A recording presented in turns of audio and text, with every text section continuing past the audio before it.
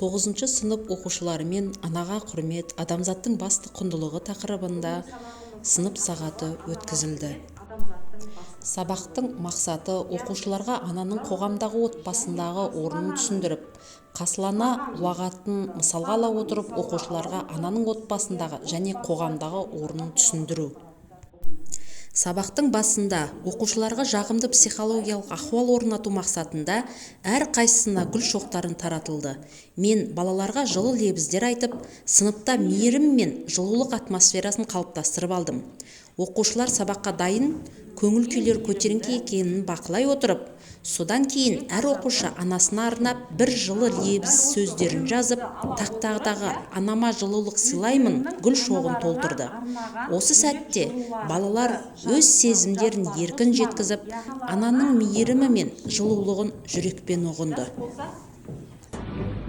Тақтамыз солықтырайық, гүлдендірейік. Бәрін асылды тілеймін. Сіз ең мейірімді, сізге зор денсаулық. Анашым, мен сізді жақсы көремін. Сіз менде оқушылардың эмоционалдық қабылдауы жоғары болды. Әр бала өз анасына деген сүйіспеншілігін білдіру арқылы өзіндік ой-пікірін ашық айтты. Сабақтың негізгі бөліміне өту кезеңінде мен Қасыл ананың ұлағаты туралы қысқаша түсіндірме бердім. Балалар Қасыл ананың қоғамдағы, отбасындағы орнын біліп, және ол кісі туралы толықтай ақпаратты ала алды. Сабағымды ары қарай топтық жұмыспен жалғастырылды. Мейірім тобына оқушылар постер дайындап, ананың қоғамдағы, отбасындағы және ұлт тәрбиесіндегі рөлін сипаттады. Күн бейнесін салып, әр сәулесіне ананың бір қасиетін жазды.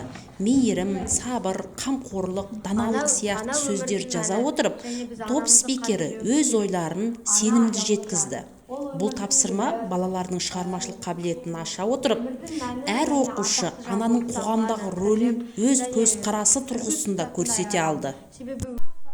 Қамқор тобы Қасыл ананың өнегесі тақырыбында ақпарат берілгені бойынша слайд пен плакат дайындады. Қамқор тобы Қасыл ана өмірінің тағылымды тұстарын баяндады. Қасыл ананың өмір жолы мен ұлағаты туралы таныстырылым дайындады. Қасыл ана дана, мейірімді, ұрпағын адамгершілікке тәрбиелейтін ана. Ананың ұрпағына қалдырған тағылымын ашты.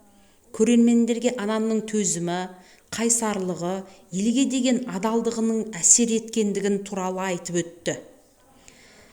Топ зерттеу жұмысына жауапкершілікпен қарап, сөйлеу дағдылары жетілдірілді. Балалар ананың еңбегі мен ұлт болашағына қосқан үлесін түсіне білді. Жылулық тобына берілген тапсырма 3 ананың бейнесі берілді. Соның ішінде олар Зере ананы, яғни Ұлы Абайдың әжесін таңдады. Топ мүшелері тарих айнасы кестесін пайдаланып, әр асық түріне сәйкес Зере ананың өмір жолын, даналығын және қалдырған рухани мұрасын сипаттады. Түседі, сол тапсырмаларды таңдап аламыз. Ал, қане, таңдалапай. Тапсырма әртүрлі асықтың түсіне байланысты берілді. Мысалы, ақ асық алған оқушы Зере ананың өмірлік дерегін талдаса, сары асық негізгі қасиетін айтты. Мысалға, Зере ананың даналығын, сабырлығын, қазақ әйелінің парасаттылығы мен мейірімділігін көрсете білген болса, жасыл асық Зере ананың ең үлкен еңбегі Ұлы Абайдың бойына адамгершілік пен білімге құштарлығын сіңіргендігін айтып өтті. Топ мүшелері бұл арқылы ананың еңбегі мен тек отбасында емес, ұлт руханиятының іргетасы болғандығын атап өтті.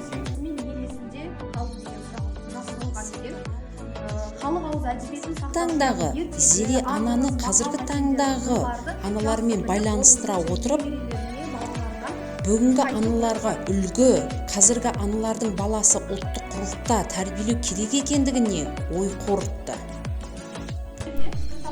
Сабақтың маңызды бөлігі ретінде оқушылар арасында пікірталас ұйымдастырылды.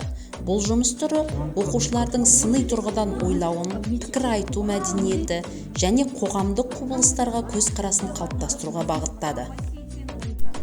Бірінші топ қазіргі қоғамда анаға құрмет бар деген көзқарас қорғаған болса, екінші топ құрмет азайып барады деген пікірді ұстанды. Олар әлеуметтік желілер мен тұрмыстық қатынастарға мысалдар арқылы ананың еңбегі кейде еленбей қалатындығын айтып өтті. Үшінші топ сарапшы рөлінде болды. Екі жақтың да дәлелдері талданып, қорытынды жасалды. Аналарын сыйламай жүрсе де болады, елдің көзінше аналарын төмендетеді, олармен ұрсысуға дейін барады. Көтеріп онымен жанжалдасып, құрметсіздік көрсетеді. Анасы үшін істейтін қарапайым көмекті, яғни үй жинау, немесе айтқан орындау, су әкеліп беру сияқты тағы басқа заттарды орындамай, телефонмен немесе мектепте мұғалімдерді сыйластықпен қарап, мейірімділікпен қарап, шуламай айтқанын істеп орындауды қажет деп ойлаймын. көп оқушылар ұстаздарға Құрмет бар, бірақ оны үнемі сақтап, іс жүзінде көрсету біздің борышымыз деген тұжырыммен пікірталасты қорытындылады. 20 ғасырдың басы, ұйқыдағы ел оянып жүрегі білім сәулесіне бұрған шақ. Сабақтағы оқушыларға ең әсер еткені ол қойылым. Қойылым ана баланың шамшырағы деген тақырыпта қойылды. Оқушылар қысқа сахналық көрініс қойды. Бұл көрініс 20 ғасырдың басындағы ананың ұлының білімі мен ұлт болашағы үшін күрескен рух берген бейнесін ашты. Ана мен міржақтың диалогы арқылы білімге ұмтылу, тіл мен рухты сақтау идеясы көрініс тапты. Ана ұлының еңбегін қорғап, білім жолындағы батылдығын қолдап, аналық мейірім мен ерлік танытты. Қойылымда ананың көз жасымен баланың анты көрермен жүрегіне жетті. Көрініс оқушылардың рухын көтеріп, анаға, білімге және елге деген сүйіспеншілік оятты. Бала анасына алғысын білдіріп, шамды жаққан сәт сабақтың ең әсерлі бөлігі болды. Мұның бәрі тәркіленеді.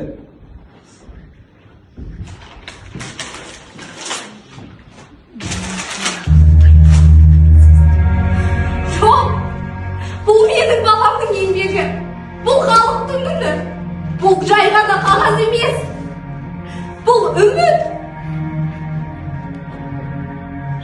Жылама анашым, олар кітапты жұтқанмен сөз жай алмайды.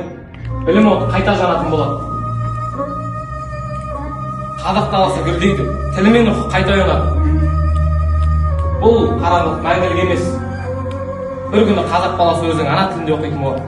Мен сонымен күресемін. Бар балам, елің үшін, дінің үшін күрес, тілің үшін күрес. Ана жүрегі бәріңді сенімен бірге. Сабақтың қорытынды бөлігінде анадан хат әдісін қолдандым. Бұл тиімді әдістің бірі болды. Балалар өз аналарынан жазған хаттарын оқып, көздері жасаурап, шынайы сезімдерін білдірді. Жаңа күн саған бақыт пен мейірімділік әкелсін. Сені сағын қолымды ұстау менің өмірімдегі ең қымбат сәт. Сүйіспеншілік пен құрметті ешқашан ұмытпа балам. Сен мықты әрі ақылдысың. Қандай қиындық болса да, жүрегімнің үмітін ешқашан сөндірме. Мен әрдайым сенің артыңдамын. Жоғалтпа. Сенің бақытты болуың мен үшін маңызды. Келіп әрбір қадамыңды бақылап келе жатқан анаңмын. Саған айтқым келетін, сен менің ең үлкен бақытымсың. Қандай жағдай болса да, мен әрдайым сенің жаныңдамын. Сен қуансаң, менің жүрегім гүлдейді. Сен мұңайсаң, менің жаным ауырады. Мен сенен көп нәрсе сұрамаймын, тек адал бол, адам бол. Ата-анаңды жерге қаратпа, өз жолыңды тап, бірақ ешқашан өзіңді жоғалтпа. Кейде өмір қиындаса да, сенің жүрегің әрдайым мейірімділікке толы болсын. Мен сенің жаныңнан артық жақсы көремін. Анадан хат. Құлыншағым, сен дүниеге келген күн менің өмірімнің ең жарық күні болады. Сенің кішкентай алақаныңды алғаш ұстаған сәттен бастап, менің жүрегімде сені мәңгілік қорғауға, сенімен бірге қуануға, сенімен бірге жылуға ант бердім. Сенің әрбір жетістігің менің мерекем, сенің әрбір қателігің менің... Екі жұлдыз бір тілек арқылы бір-біріне жылы пікірлерін айтып, аналарынан алған хатты оқи отырып, өз ойларын жеткізді. Жалпы қорыта келетін болсам, мен өз сабағымның мақсатына толықтай жеттім. Оқушылар белсенді, шығармашылық тұрғыда жұмыс істеді. Әрбір іс-әрекетті оқушылар ананың қоғамдағы, отбасындағы рөлін түсінді. Анаға деген құрмет пен сүйіспеншілігі арта түсті. Яғни бүгін біз ана туралы толық ақпарат білдік деп ойлаймын.